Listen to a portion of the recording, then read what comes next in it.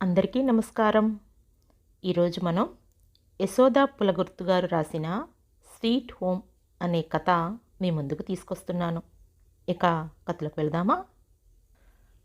Office నుండి వస్తూనే హరికృష్ణ, అమ్మా, సుజితను మంచి రోజు చూసుకొని వచ్చే గురువారం తీసుకువస్తున్నానని మాధవ్ ఫోన్ చేసి చెప్పాడు. నేను వైష్ణవి వచ్చి తీసుకువెళ్తామని చెప్పినా పర్వాలేదు బావగారు, మీకెందుకు శ్రమ అంటూ మాట్లాడాడు. వాళ్ళకి సదుపాయంగా ఉండేందుకు ఆ 3వ బెడ్రూమ్ శుభ్రం చేయించమ్మా అని తల్లితో చెప్పాడు. ఓ అవునా హరి, తప్పకుండా శుభ్రం చేయిస్తాను. పాపం సుజీ అత్తగారికి సమస్య వచ్చింది కాబట్టి, లేకపోతే దాన్ని పంపేవారా ఏంటి? ఎంత అపురూపమో మన సుజిత అంటే వారికి అంది శాంతమ్మ. రెండో పురుడు అక్కడే పోసుకుంటుందని ముందే చెప్పారు సుజీత అత్తగారు. హరికృష్ణ తల్లి శాంతమ్మ మోకాళ్ళ నొప్పులతో బాధపడుతోందని చెయ్యలేదని తెలిసిన మాధవ్ తల్లి సుజిత అక్కడే పురుడు పోసుకుంటుందని చెప్పింది. కూతురు అత్తగారు మామగారు చాలా సహృదయులు. కానీ అనుకోకుండా నెల రోజుల క్రితం మాధవ్ ఫోన్ చేసి వాళ్ళ అక్కకి గైనిక్ ప్రాబ్లం వచ్చిన కారణంగా ఆపరేషన్ చేసి యూట్రస్ తీసేయాల్సిన అవసరం పడిందని, అక్క తమ దగ్గరికే ఆపరేషన్ చేయించుకోవాలని వస్తుందని, ఈ పరిస్థితుల్లో సుజితకు తన తల్లి చేయడం కష్టమవుతుంది కారణంగా పురిటికి పుట్టింటికే పంపుతామని చెప్పాడు. సుజితకి 9వ నెల వచ్చేసింది. అన్నీ సవ్యంగా జరిగేటట్టు చూడు దేవుడా అంటూ హరికృష్ణ తల్లి శాంతమ్మ మనసులోనే దేవుణ్ణి ప్రార్థించుకుంది. ఆవిడ అలా ప్రార్థించుకోవడానికి కారణం లేకపోలేదు. కోడలు వైష్ణవి అంటీ ముట్టనట్టుగా ఉంటుంది. అత్తింటి వారి వైపు వారి పోకడే గిట్టదు. ఇంట్లో ఏ పనికి సహాయానికి రాదు. కానీ శాంతమ్మ ఏమీ పట్టించుకోదు. చిన్నపిల్ల ఏదో రోజు తెలుసుకుంటుందిలే అని సర్దుకుపోయే స్వభావం ఆవిడది. శాంతమ్మ భర్త రాఘవరావు సెంట్రల్ గవర్నమెంట్ డిపార్ట్మెంట్లో పనిచేసి 5 ఏళ్ల క్రితమే రిటైర్ అయ్యారు. హరికృష్ణకు ముందు ఒక అమ్మాయి సునీత, తరువాత సుజిత ఆయన సంతానం. సర్వీస్లో ఉండంగానే కూతుళ్ళ పెళ్ళిళ్ళు చేసేశాడు. కొడుకు CA చదివి డెలాయిట్ లిమిట్లో డైరెక్ట్ ట్యాక్స్ డిపార్ట్మెంట్లో పనిచేస్తున్నాడు. 2 సంవత్సరాల క్రితమే హరికి వైష్ణవితో వివాహమైంది. అప్పటికే MBA చదివిన వైష్ణవి ఒక ఎక్స్పోర్ట్ బిజినెస్ కంపెనీలో పనిచేస్తుంది. ఆ ఆఫీస్ హైటెక్ సిటీలో ఉంది. ఇంటికి ఆమె ఆఫీస్ దూరం. మన ఇరువురి ఆఫీసులకు దగ్గరగా సదుపాయంగా ఉండే ఫ్లాట్కి మారిపోదాం అంటూ హరిని వేధిస్తోంది. తండ్రి ఉద్యోగంలో ఉండంగా సదుపాయంగా 300 గజాలలో ఒక ఇల్లు కట్టించాడు. హరి అదే ఏరియాలో ఉంటున్న మరో 2 కొలీగ్స్తో కలిసి కారులో పూలింగ్ చేసుకొని ఆఫీస్కి వెళ్ళి వస్తూ ఉంటాడు. ఇంత సడన్గా ఇల్లు ఎలా మారిపోగలం వైషు అనగానే, మన ఇరువురి ఆఫీసులకి దగ్గరగా ఉండేటట్టు హైటెక్ సిటీలో ఫ్లాట్ కొందామంటూ సలహా ఇచ్చింది. ఫ్లాట్ కొనడం అది తరువాత స్థిమితంగా ఆలోచిద్దాం. ఇంత దూరం నుండి నీవు ఆఫీస్కి వెళ్ళలేననుకుంటే ప్రస్తుతానికి జాబ్ మానేయి, తర్వాత వేరే జాబ్కి ప్రయత్నిద్దు కానీ అంటూ సలహా ఇచ్చాడు. జాబ్ రిజైన్ చేసేసింది. రోజులు, నెలలు, సంవత్సరం దాటిపోయింది. భర్తకు ఫ్లాట్ కొనే ఆలోచన లేనట్లు, ఆ విషయాన్ని దాదాపు మర్చిపోయినట్లుగా కనిపిస్తున్నాడు. గుర్తు చేద్దామనుకునేంతలో రెండో ఆడపడుచు రెండో పురుడికి ఇక్కడికే రాబోతుందన్న విషయం విని చిరాకు పడింది. ఇంట్లో పురుళ్ళు పుణ్యాలు తప్పించితే మరే పని పాట లేదా అనుకుంది. తను పెళ్ళై కొత్తగా అత్తారింటికి వచ్చిన 6 నెలలకు పెద్ద ఆడపడుచు సునీత రెండో కాన్పుకొచ్చింది. అక్క వచ్చిందని చెల్లెలు కూడా రావడంతో ఇల్లంతా పిల్లల అల్లర్లు ఏడుపులతో తమకు విసుగొచ్చేసింది. హరితో ప్రైవసీ లేకుండా పోయింది. తను పడుకుందామని వెళ్ళేసరికి తమ బెడ్రూమ్లో మంచం మీద పిల్లలు నిద్రపోతూ ఉండేవాళ్ళు. ఆ మాత్రం కామన్ సెన్స్ లేదా ఆడపడుచులకు అనుకుంటూ చిరాకు పడేది. హరికి చెప్తే పోన్లేదు పసిపిల్లలు, రేపు మనకు పిల్లలు పుడితే పడుకోపెట్టుకోమా అంటూ తేలిగ్గా తీసుకునేవాడు. తనకింటికి ఇంటి పనులు అలవాట్లేదు. అత్తగారితో ఆడపడుచులతో ఊసుకుంటూ తిరగటం, చేతిలో పనులు అందుకుంటూ చేయడం తన స్వభావానికి విరుద్ధం. ఎన్నోసార్లు హరి చెప్పాడు, చూడు వైషు, అమ్మకు పాపం మోకాళ్ళ నొప్పులు, కాస్త వంట పనిలో అమ్మకు సాయం చేయకూడదా అంటూ.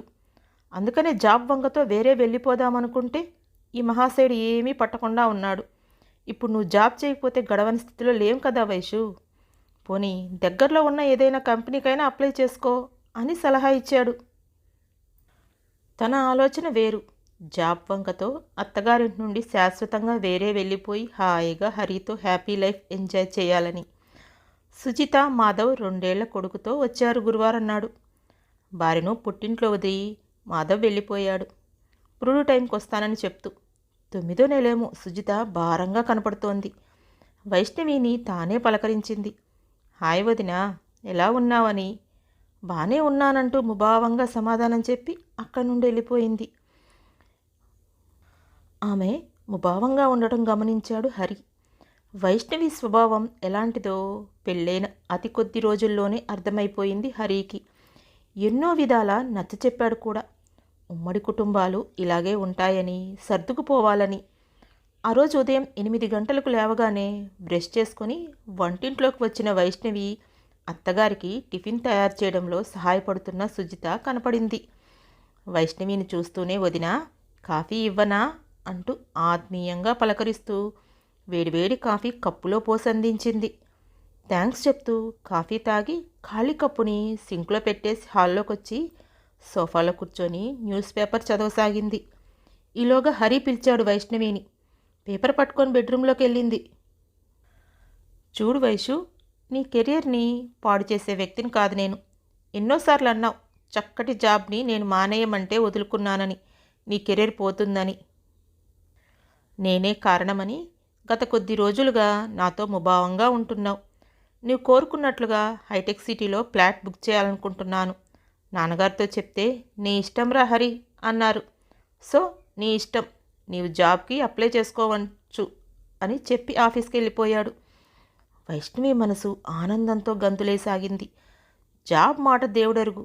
తను హరి తమకంటూ ఒక స్వీట్ హోమ్, ఏ బాదరబందీలు లేని స్వేచ్ఛా జీవితం కళ్ళ ముందు కదలాడుతుంటే బుగ్గల్లో సిగ్గులు విరబూస్తున్నాయి. హరితో గడపబోయే తన మురిపాల జీవితం గురించి కళ్ళకంటూ అలాగే మంచం మీద ఒరిగి నిద్రపోయింది. హఠాత్తుగా వదినా, ఏంటి టిఫిన్ చేయకుండా నిద్రపోతున్నావు? ఒంట్లో బాగానే ఉందా అంటూ తట్టి లేపుతున్న సుజిత మాటలకు మెలకువ వచ్చింది. ఏమిటో మాటి మాటికి ఊసుకుంటూ వస్తూ ఈ పరామర్శలేమిటో అనుకుంటూ మనసులోనే విసుక్కుంది. తను ఎంత ముభావంగా ఉన్నా తనతో ఈ అతి చనువేంటో అనుకుంటూ, సారీ రాత్రి సరిగా నిద్ర పట్టలేదు, తల కొంచెం భారంగా ఉండి నిద్రపోయా అంటూ టవలు బట్టలు తీసుకొని బాత్రూంలోకి వెళ్ళింది. 4 రోజులు మామూలుగా గడిచిపోయాయి. ఆ రోజు వైష్ణవి నిద్రలేస్తూనే వాష్ బేసిన్లో వాంతి చేసుకుంది. నీరసంగా అనిపిస్తే తిరిగి మంచం మీద నిస్త్రాణంగా వాలిపోయింది. అది చూసిన హరి కంగారు పడ్డాడు. ఏమైంది వైషు అంటూ కంగారు పడసాగాడు. ఈ హడావిడికి అత్తగారు ఆడపడుచు చుట్టూ మూగారు. అత్తగారు వైష్ణవిని ఏదో నెమ్మదిగా అడిగింది. సమాధానం విన్న ఆవిడ ముఖం చింకి చేయటంత అయ్యింది. ఒరే హరి, నీవు తండ్రివి కాబోతున్నావురా, అమ్మాయిని ఒకసారి డాక్టర్ కస్తూరి దగ్గర తీసుకెళ్ళు, చూపించుకురాపో అంటూ ఆదేశించింది. ఆనందంతో ఆ ఇంట సంబరాలు చోటు చేసుకున్నాయి.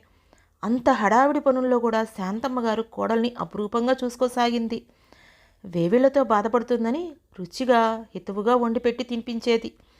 సుజితకు సుఖప్రసవం అయిపోయి పాపాయి పుట్టడంతో శాంతమ్మ గారి ఆనందం వర్ణనాతీతం.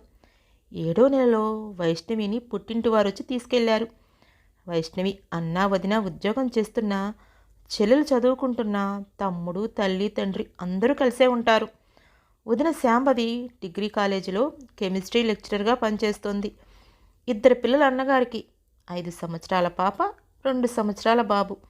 పొద్దుటే అత్తగారి కంటే ముందరే లేచి చాలా వరకు పనులు పూర్తి చేసి పిల్లలను తయారు చేసి పెద్దదాన్ని స్కూలుకు పంపి తాను కాలేజీకి వెళ్ళిపోతుంది. సాయంత్రం వంట పని తానే చూసుకుంటుంది. వైష్ణవిని చూస్తూ, నీవలా కూర్చోవడం కాదు, లేచి అటు ఇటు తిరుగు, వాకింగ్ చేయి అంటూ చెప్తూ ఏవేవో చిన్న చితకా పనులు అప్పగించేది. వైష్ణవి తల్లి సుశీలైతే, ఏమే వైషు, వంట పనిలో మీ అత్తగారికి సాయం చేస్తూ ఉంటావా? పాపం ఆవిడకు అసలే మోకాళ్ళ నొప్పులాయే అంటూ కూతురి అత్తింటి విషయాలు తరిచి తరిచి అడుగుతూ ఉండేది. పెళ్లి కాకముందు ఏవైనా పనులు నేర్పిద్దామని చూస్తే చదువు చదువు అని తప్పించుకునేదానివి. బిడ్డ పుట్టాక ఎలా సంభాళించుకుంటావో ఏమో అంటూ పదే పదే అనేసరికి, ఎందుకు సంభాళించుకోలేను ఓసి పిచ్చమ్మా, మాకంటూ ఒక స్వీట్ హోమ్ తయారవుతుందక్కడ. అందులో నేను, హరి, నా బేబీ మాత్రమే ఉంటాం. హాయిగా ఆయాని పెట్టుకొనో లేక డే కేర్లోనో నా బేబీ పెరుగుతుంది. నీవు దిగులు పడాల్సిన అవసరం లేదు అని కొనసాగింది. వైష్ణవికి పురిటి రోజులు దగ్గరగా పడసాగాయి. హరికృష్ణ మధ్యలో వచ్చి చూసి వెళ్తున్నాడు. వదిన తల్లికి ప్రతి పనిలోనూ సహాయపడడం చూస్తోంది వైష్ణవి. నాన్నకు ప్రతి విషయంలోనూ సలహాలిస్తూ అనే ప్రాపంచిక విషయాలపై చర్చిస్తూ ఉండటం గమనించింది. చెల్లెలు తమ్ముడు వదిన వదిన అంటూ ప్రతి చిన్న విషయానికి వదిన మీదే ఆధారపడడం చూసింది. ఎంతో కలివిడిగా ఉంటూ అందరినీ పలకరిస్తూ తిరగడం చూసింది. 2 రోజుల నుండి నలతగా ఉంటోంది వైష్ణవికి. ఇవాళ రేపు డెలివరీ అన్నట్లుగా ఉంది. ఆ రోజు ఉదయం సుశీల బాత్రూంలో స్లిప్ అయి పడిపోవడంతో కుడికాలు ఫ్రాక్చర్ అయింది. అందరూ కంగారు పడిపోయారు. కాలికి పెద్ద బ్యాండేజ్ వేశారు. 6 వారాల బ్రెడ్ రెస్ట్ అనేసరికి ఆవిడ తల్లడిల్లిపోయింది. వైష్ణవి పురిటి రోజులు ఎలా గడుస్తాయో అని కన్నీళ్లు పెట్టుకుంటుంటే అత్తగారి పక్కనే కూర్చొని ఆవిడను ఓదార్చింది శాంభవి. అత్తయ్య, నేను లేనా, మీరు దిగులు పడకండి, ఆ సమస్య తీరుతుందా దిగులు పడినంత మాత్రానా అంటూ అభిమానంగా కోప్పడింది. సుశీల శాంభవి చేతిని ఆసరాగా పట్టుకుంది. అక్కడే కూర్చొని తల్లివైపు దిగులుగా చూస్తున్న వైష్ణవి మనసులో ఏదో తెలియని అలజడి కెరటాలుగా ఎగిసిపడుతున్నాయి. తనలో ఏదో తప్పు చేశానన్న పశ్చాత్తాప భావన తనకి నిలవనీయడం లేదు. తనకు తెలియకుండానే కళ్ళమ్మని నీళ్లు ధారాపాతంగా కారిపోతున్నాయి. తన మనసుకి సంజాయిషి ఇవ్వలేక నలిగిపోతోంది. ఏం మనిషి తను! అత్తగారు మోకాళ్ళ నొప్పులతో కుంటుకుంటూ ఇంటి పనంతా చేసుకుంటున్నా తను పట్టించుకునేది కాదు. బారెడు పొద్దెక్కాక లేచేది. అయినా అత్తగారు ఆప్యాయంగా కాఫీ చేతికి అందించేవాళ్ళు. తను ఎలా ప్రవర్తించినా ఒక చిన్న మాట కూడా తూలనాడేవారు కాదు. చివరకు కడుపుతో ఉన్న ఆడపడుచు చేత కాఫీ టిఫిన్ అందించుకుంది. వారి ఆప్యాయత అభిమానాన్ని తేలిక చేసి విసుక్కుంది. తనకంటూ ఒక ప్రైవసీని కోరుకుంటూ భర్తను వేధించింది వేరే ఫ్లాట్ కొనమంటూ, వేరే వెళ్ళిపోదాము అని. ఆ స్వీట్ హోమ్లో తామే ఉండాలన్న స్వార్థం. హరి తనకు ఎన్నోసార్లు నచ్చచెప్పాడు. తనను బాధ పెట్టడం ఇష్టం లేక చివరకు తల్లిదండ్రుల నుండి వేరే వెళ్ళిపోవడానికి కూడా ఒప్పుకున్నాడు. గుండెల నిండా ఏదో తెలియని బాధ. అక్కడ కూర్చోలేక తన బెడ్రూమ్లోకి వెళ్ళిపోయింది. దిండులో తలదాచుకుంటూ దుఃఖించింది. అసలుకే పురిటి భయంలో ఉన్న తను అత్తవారింట తన ప్రవర్తన దుఃఖంతో వివసరాల్ని చేస్తూ తప్పు చేశానన్న భీతిని కలిగిస్తోంది. మరుసటి రోజు తెల్లవారుజామున వైష్ణవి పండంటి పాపాయికి తల్లయింది. 15 రోజులు సెలవు పెట్టిన శాంభవి వైష్ణవిని సొంత చెల్లెల్లా చూసుకుంటూ దగ్గరుండి పురిటి స్నానం చేయించింది. శాంభవిని కౌగిలించుకుంటూ, అమ్మ కంటే ఎక్కువగా చూసుకున్నావు వదినా, నేను నీకేమిచ్చి నీ రుణం తీర్చుకోనంటూ కన్నీళ్లు పెట్టుకుంది. అంత పెద్ద మాటలు ఎందుకు వైషు, ఇది నా కుటుంబం. ఈ ఇంట్లోని వారందరూ నా వారు అనుకున్నప్పుడు మనకి ఏదీ కష్టం అనిపించదు, సంతోషంగానే అనిపిస్తుంది. నీవు ఓ ఇంటి కొడలువే కదా, నేను నీకేం చెప్పాలా ఏంటి అంటూ వైష్ణవి భుజాన్ని ఆప్యాయంగా తట్టింది. బారసాలకు అత్తగారు, మావగారు, భర్త, ఆడపడుచులు అందరూ వచ్చారు. బెడ్రూమ్లో పాపాయిని ముద్దాడుతున్న భర్తతో, హరి, ఫ్లాట్ బుక్ చేశారు కదా, క్యాన్సిల్ చేయండి. మనకు ఇప్పుడు ఉంటున్న ఇల్లు చాలు, అదే నా స్వీట్ హోమ్. నా మూర్ఖపు ఆలోచనకు క్షమించండి. నన్ను ప్రేమించే మనుషులు నా చుట్టూ ఉన్నప్పుడు నేను వారి నుండి దూరంగా వెళ్ళిపోయి ఎక్కడో ఒంటరి ప్రపంచంలో ఉండాలని లేదంటూ ఆర్తిగా మాట్లాడుతున్న తన వైషు వైపు ప్రేమగా చూశాడు హరి. ఎలా ఉంది సకులు ఈ స్వీట్ హోమ్? మరొక మంచి కథతో కలుసుకుందాం. Thank you.